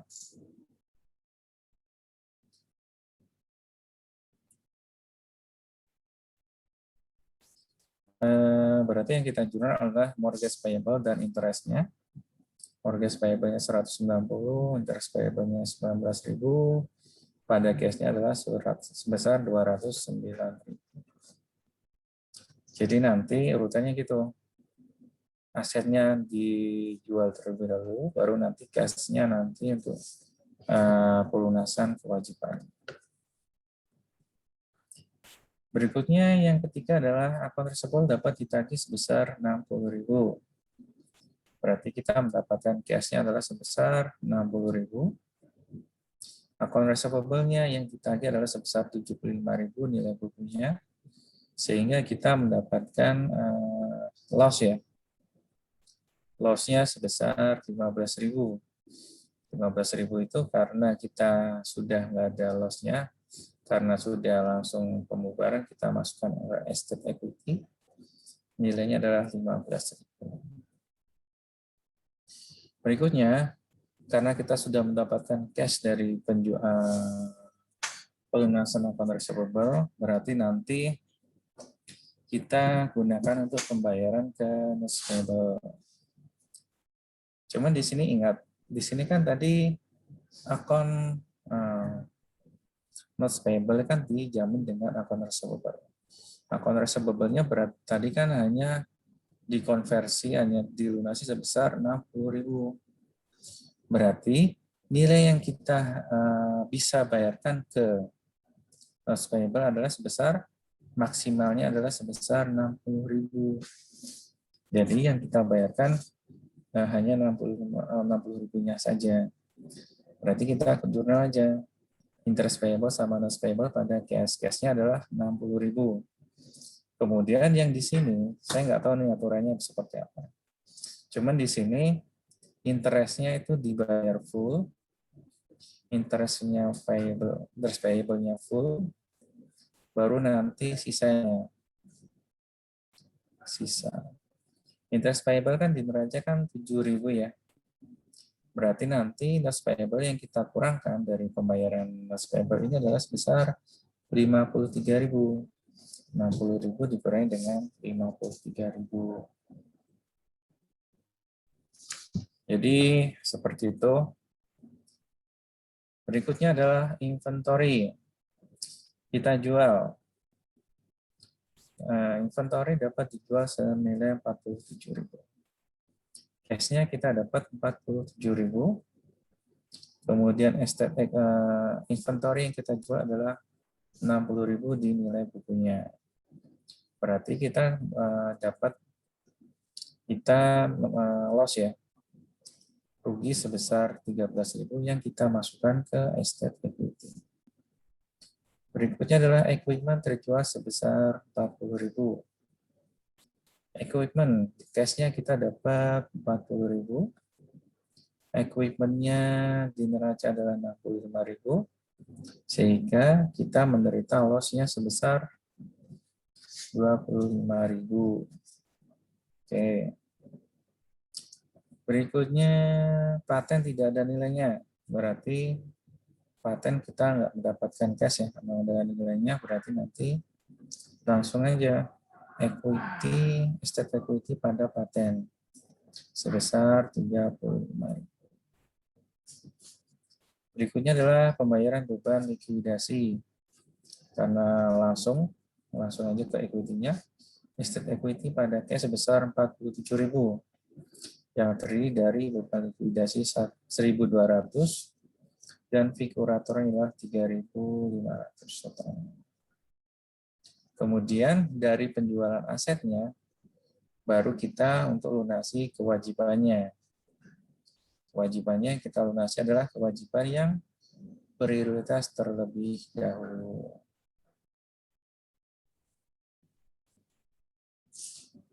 Prioritas berarti tadi yang prioritas adalah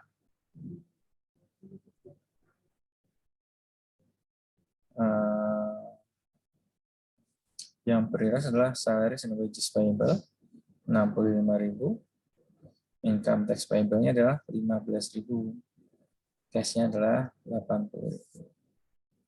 Kemudian setelah kita lunasi untuk yang prioritas yang kedua, peringkat kedua, baru kita gunakan untuk pembayaran untuk yang peringkat ketiga. Berapa yang kita bayarkan? Yang dibayarkan adalah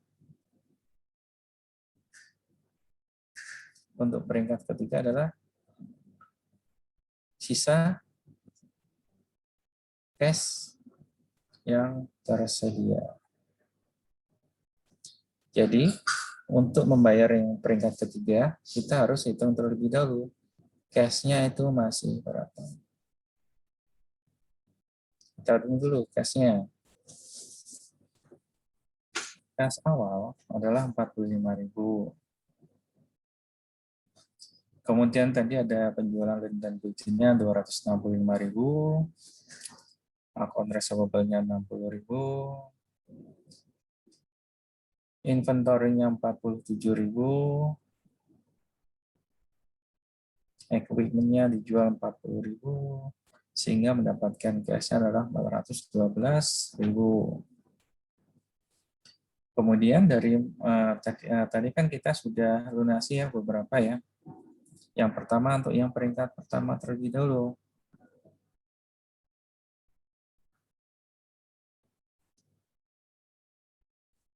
Peringkat pertama terlebih dahulu mortgage payable dan juga notes payable. Sebesar berapa? 209.000 dan juga 60.000. Ini yang notes payable-nya tadi kan masih sebagian. Berikutnya kita bayar untuk yang peringkat kedua.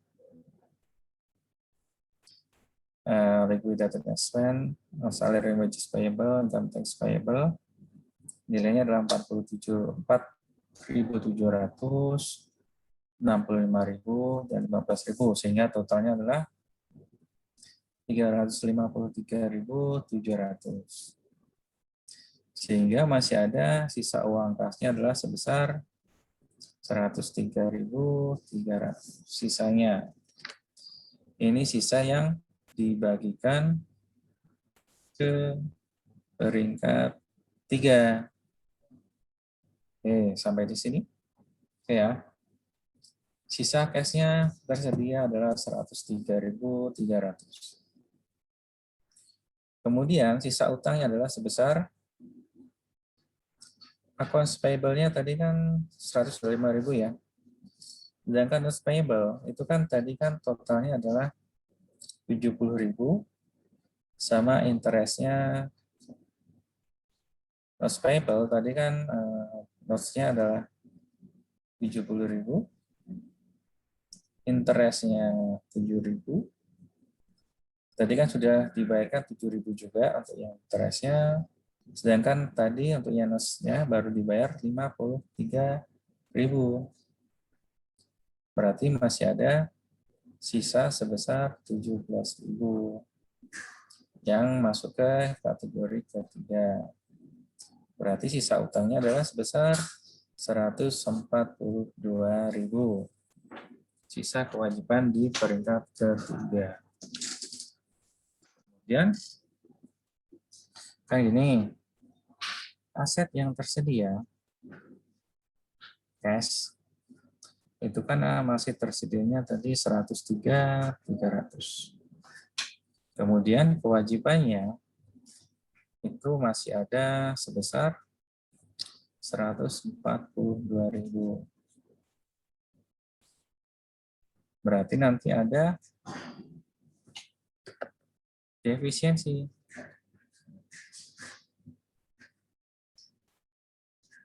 Sebesar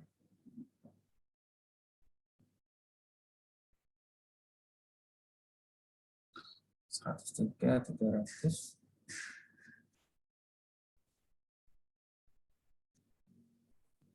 sebesar 38.700 yang nanti akan kita hapuskan dengan jurnal. Jurnalnya adalah notes payable, accounts payable pada estate equity.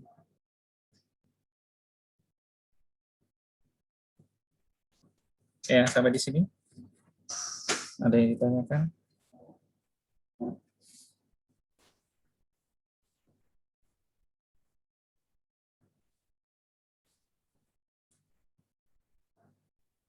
Ya, kalau nggak ada, baru nanti kita sudah ngitung cash-nya adalah 103.300.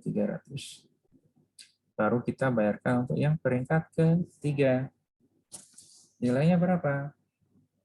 Nilainya harus kita bagi rata antara notes payable yang tersedia, yang masih ada, dan juga accounts payable-nya.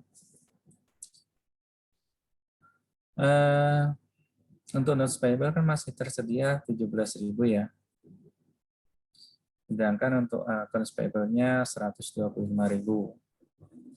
Berarti nanti 100 untuk yang notes payable yang kita lunasi kita bayarkan ke krediturnya, kita bayar cash sebesar 17.000 dibagi 142.000 kali cash tersisanya 103.000. Sisanya yang kita bayarkan adalah 12.367. Kemudian untuk yang accounts payable kita hanya bayarkan sebesar 90.933.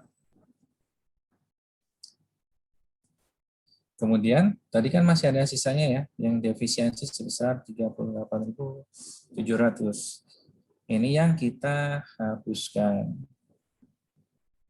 Dihapuskan. Hapuskan gimana? Notes payable-nya sebesar sisanya 463 ini dari 17.000 kurangi 12.367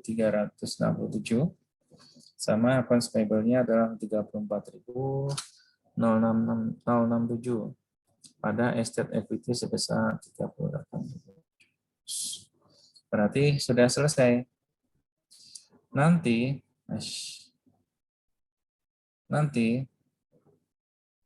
persamaannya aset kemudian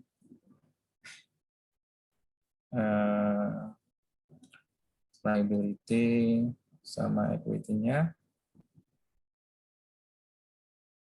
Terakhirnya adalah 0 dan 0. Berarti ini sudah selesai pembubarannya.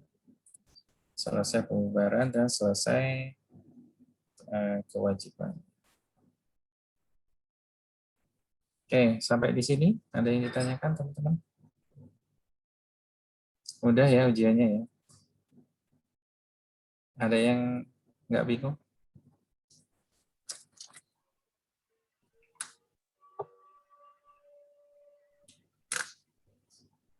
Teman-teman gimana?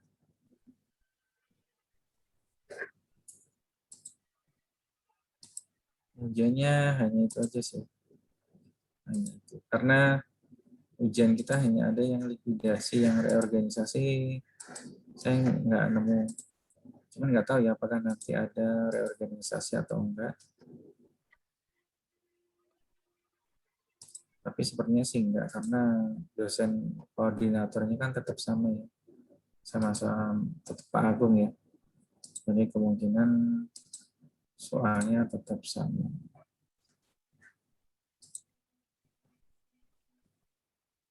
Oke, gimana Permisi teman-teman? Pak, izin Ya. bertanya.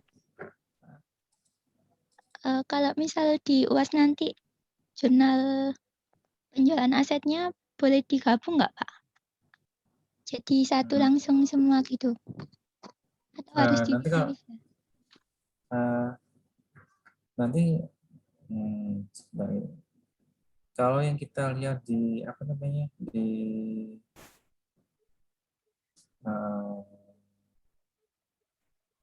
tadi kan prinsipnya kan gini toh. Ketika penjualannya yang pertama kali dijual itu kan aset yang dijaminkan. Ini kan yang pertama ya. Baru nanti dapat cash-nya, baru nanti kita bayar kewajibannya. Ini yang full dulu, baru nanti yang partially secure.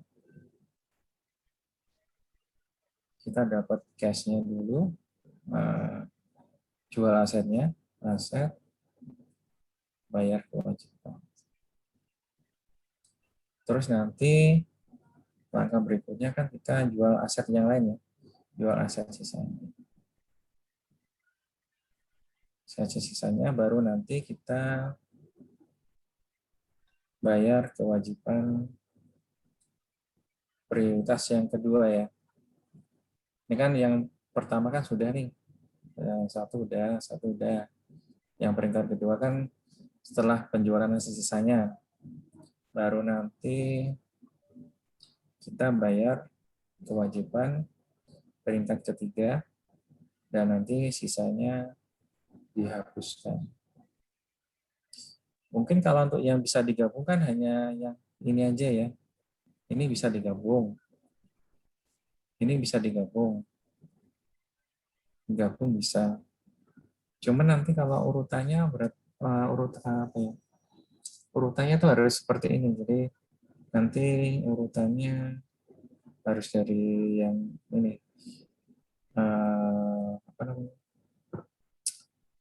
Harus sesuai dengan urutan kalau penjumlahan. Kira-kira gimana? Saya juga bingung sih, di buku nggak dijelaskan ya. Penjelasannya nggak ada penjelasan rincinya. Cuman kalau kita lihat kan di teorinya, ini kan nanti kan peringkat 1 kewajiban yang dijamin dengan aset, kemudian peringkat kedua kan kewajiban kewajiban prioritas dan tapi tanpa dijamin. Yang peringkat ketiga non prioritas dan non dijaminkan. Non dijamin. Berarti nanti kalau kita teorinya kan kalau pembubaran untuk yang perseroan ini nanti kan kita harus selesaikan kewajiban untuk peringkat pertama dulu, baru kedua terlebih dahulu, selanjutnya yang kedua, selanjutnya yang ketiga, baru nanti ya kalau ada keempat. Berarti kalau di sini kan berarti kan harus urut ya jurnalnya ya, kan nggak bisa dong dimulai dari pembayaran non prioritas terlebih dahulu, kan nggak mungkin. Berarti nanti teman-teman harus ingat urutan pembuatan jurnalnya. Kalau yang bisa digabung silakan aja sih. Kalau bisa digabung silakan. Cuma nanti urutannya harus sesuai. Karena nanti kan ngitung terakhirnya kan kita harus hitung itu cash yang tersedia nanti berapa, terus nanti kewajibannya nanti berapa. Kalau nggak urut kan nanti cashnya kan bingung itu. Itu ya. Ada lagi? Ya Pak, terima kasih. Saya Izin lihat bertanya Pak. Untuk terkait dengan ini Pak, statement of offer Pak. Di Bapak kan untuk liability-nya kenapa dimasukin itu ya Pak ya? Biaya likuidasi itu termasuk ya Pak ya? Soalnya ada beberapa tanggapan dari beberapa penjelasan dari beberapa dosen itu ada yang beda gitu Pak. Ada yang dimasukkan, ada yang enggak. Menurut Bapak gimana Pak? Apa yang ini likuidasi ya? Iya Pak. Likuidasi dan yang ada di soal tadi Pak, berdasarkan tadi. Likuidasi expense dan sama trustee. Ini kan sebagai likuidator nih. Likuidator ini istilahnya kalau tanpa ada mereka, berarti kan likuidasinya kan nggak jalan toh. Nggak akan bisa toh. Nggak akan bisa dilakukan toh. Berarti dia harus mendapatkan prioritas juga dong. Namun prioritasnya tetap masuk kategori yang kedua, di mana prioritas tapi tidak dijamin. Karena biasanya kalau kita ngurus-ngurus segala macam, kurator segala macam itu, kalau mereka nggak dibayar kan nggak mungkin dilakukan toh. Logikanya seperti itu sih. Jadi ya mau nggak mau ya harus diprioritaskan. Oke, baik Pak, terima kasih Pak. Oke, sementara gitu ya, nanti saya sampaikan materinya. Wah, materi nggak ada tambahan sih. Nanti saya perbaiki dulu yang ada tadi yang salah di jawaban UAS-nya. Kemudian nanti saya bagi soalnya, pembagian soal dan latihannya, dan juga nanti soal kuisnya. Kalau saya lihat sih kemarin teman-teman ini ya sudah mulai karena kita sudah bahas UAS-nya duluan, maksudnya teman-teman sudah ada gambaran nih cara pengerjaan, jadi mungkin saya lihat sih tentu kayaknya lebih lancar kemarin mengerjakan soal latihan. Ini harapan saya nanti pas UAS-nya sudah lebih lancar. Itu ya. Oke, baik teman-teman. Kalau tidak ada pertanyaan, mungkin dari saya cukup sekian. Nanti kita ketemu lagi di hari minggu depan ya, tetap hari Selasa ya. Untuk pertemuan terakhir, jadi nanti satu kali lagi. Mungkin dari saya cukup sekian. Kalau ada salah kata saya mohon maaf. Terima kasih atas perhatiannya. Assalamualaikum warahmatullahi wabarakatuh. Selamat siang. Waalaikumsalam warahmatullahi wabarakatuh. Terima kasih banyak Pak. Saya close ya. Ya, Pak.